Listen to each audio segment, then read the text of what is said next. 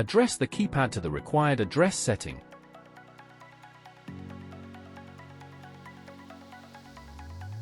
Enter the engineer code. Press Yes to select zone setup. Enter the 3-digit zone number you want to learn a device to. Press Reset to start the 20-second learning countdown. For best results, make sure you are near to the expander you want to learn the device to.